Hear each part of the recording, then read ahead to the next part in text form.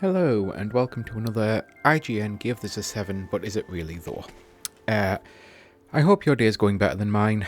I really thought this tech issue was fixed. The one that, like, for anyone who doesn't know what I'm talking about, because I don't expect everyone to have even watched the Get Into Video Gaming in 2026 video, if you already, play games and know how to.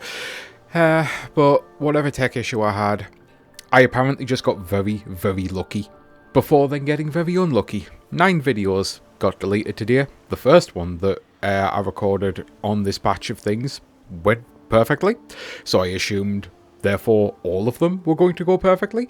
And I got into a rhythm and actually managed to record a bunch of stuff. And then when I checked all of them, with the exception of the first one, all of them had the same broken audio that was completely inaudible. So anyway, that was some housekeeping out the way. My turn. I've totally lost track of what video was supposed to be what episode. This is why I knew episodes wouldn't have like names or numbers or anything. The IGN ones I definitely don't think do anyway, so at least I don't need to worry about that. So that little bit of housekeeping aside, I've obviously mentioned in a prior video that I would like your comments, your stories about games on the story ones, and your opinions on the Are There 7 videos or anything, and for people to recommend some games for me to look into. But obviously, because I've been trying to do this and prep some videos in advance, I already had a few videos, a few games that I actually wanted to look at, and I think this is one of the most infamous IGN Give It a 7 and what the hell. Now, the person who reviewed this, I do actually like him. I don't want to, I have to stress every time, especially in a video like this, because this one's going to be very venti, I figure, because Octopath is like a really important franchise for me, so I'll get onto all of that in a minute. The person who did the review of this, who gave it a 7, also reviewed Bravely Default 2, and I can't remember what he gave Bravely Default 2, but some of the controversy around why this got a 7 was everyone was saying it feels like one of those games was deserving the 7, but not the other. So I'm going to get onto it. Basically, Octopath Traveler, when it came out, it actually launched on my birthday, and I got it. And if I was to look back, that one I maybe would give a 7, because part of the criticisms, and I don't watch the reviews or read them for like refreshers or anything, it's kind of hilarious. The whole point is I'm doing these to poke fun at the whole meme of people who only actually focus on the score, and now I'm kind of focusing on the score because I don't want to go and rewatch them, because I don't want them to like change my opinions of the video, if that makes sense, which it mightn't. But Octopath 1, one of the things in the Octopath 2 review, he basically alluded to the fact that because it's a been there, done that, it wasn't that impressive. Now, this is something I actually really despise with video game reviews for sequels. I truly don't get the whole, it's a sequel that betters the first one in every way, so let's mark it lower because it's no longer new. And it felt like he intentionally was like, I don't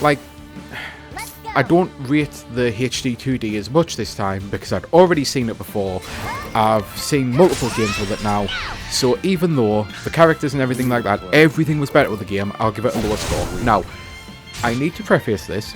He has said with Bravely Default, he is one of the minority who loves obsessive amounts of grinding in games like these. As I've got older, and he's actually older than me, I personally don't have the time for that. So I think what's happened is there's a little of column A with he reviewed it poorly because it's a sequel, and he did the sequel tax of even though everything's better, I'm dropping it down.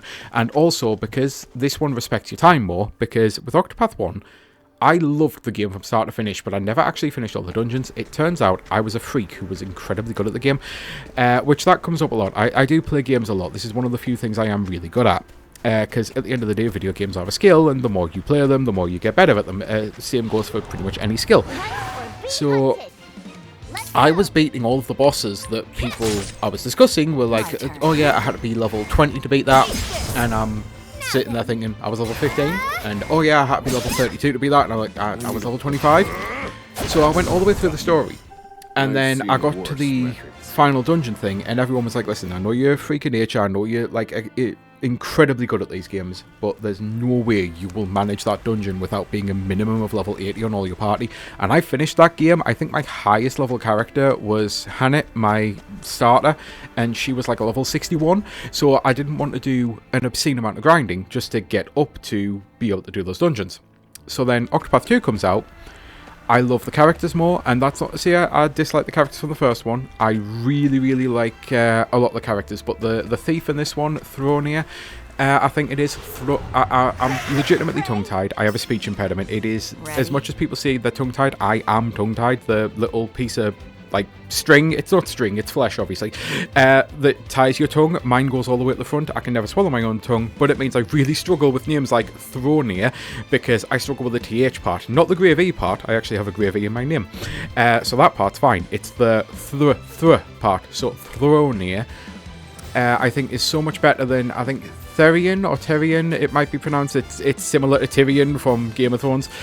I think she's a better thief. I love Orchette because she has an owl, and as I record this, it is actually Superb Owl Day, which is why I wanted to do this video. I'm even wearing an owl t-shirt.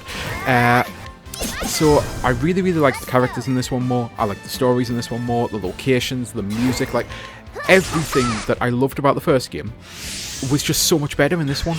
So it's when it came out and IGN gave it a 7, it's like, why? So it's why, as I say, my genuine thoughts, because I'm not re-reviewing the game, I'm not reviewing the review or anything, this is all my own trying to fathom why something got a 7. Like, this is the whole point of this video series, essentially. I think, as I say, it's a little of sequel tax and a little of he genuinely loves repetitive, mindless grinding, and this game, because it respects your time more, he didn't get that grinding, so he marked it down. And yeah, I would say, is it just me? But I actually know for a fact it isn't just me. I know this is one of those games that so many people were angry, and I think it's weird to even get angry, because maybe I'm just weird like this, but I personally don't need everyone to agree with my opinion of a game to actually enjoy it. Maybe I am weird that way, but I don't care that this got a 7 from IGN. I don't care that there's people out there who absolutely hate this game and would rate it a 2 or a 3. I don't care. I know I like it. I like the franchise. I love Octopath Traveler 1, 2, 0. 0 obviously being the prequel, which was a mobile game, which got changed into a console game finally. Like, it's just one of those things. I don't need that validation for me to enjoy it. I understand there are some people out there who do, and if that's the way you're wired, then you do you. Like, it clearly is a way that you are wired. It's just one of those things. But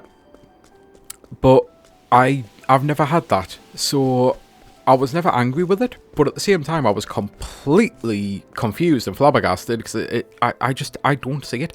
I don't see how you can see it. Yep, this game is, I think the original got an 8, and it was a different reviewer. I'm pretty sure it was, because I'm sure he said he never reviewed the first one, but he did play it. But like, the first one gets an 8, and then this one makes absolutely every little single minute thing better and gets a 7. It makes no sense to me. Anyway, I hope you actually get to see this. I really do, because I'm starting to lose the drive to want to do this. I genuinely think I've got good ideas here with the story time thing that I'm doing, and the IGN thing, and obviously the videos aren't perfect.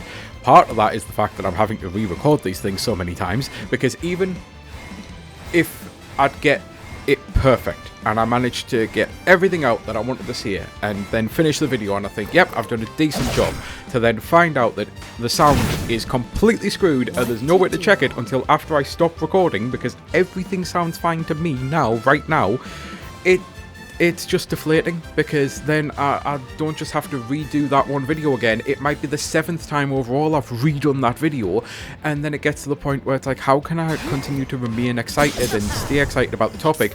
And I never want to just put up a video, at least a string of videos, where I'm just like, you know what, I am so depressed, I'm so bored, I'm so sick of doing this. Like, it comes across in a really bad way, and like, you wouldn't want to watch it, I wouldn't want to record it. So yeah, I just truly hope you're seeing this, and yeah, until the next time, this has been Sky Fellowship, and I hope you have a great rest of your day. Bye!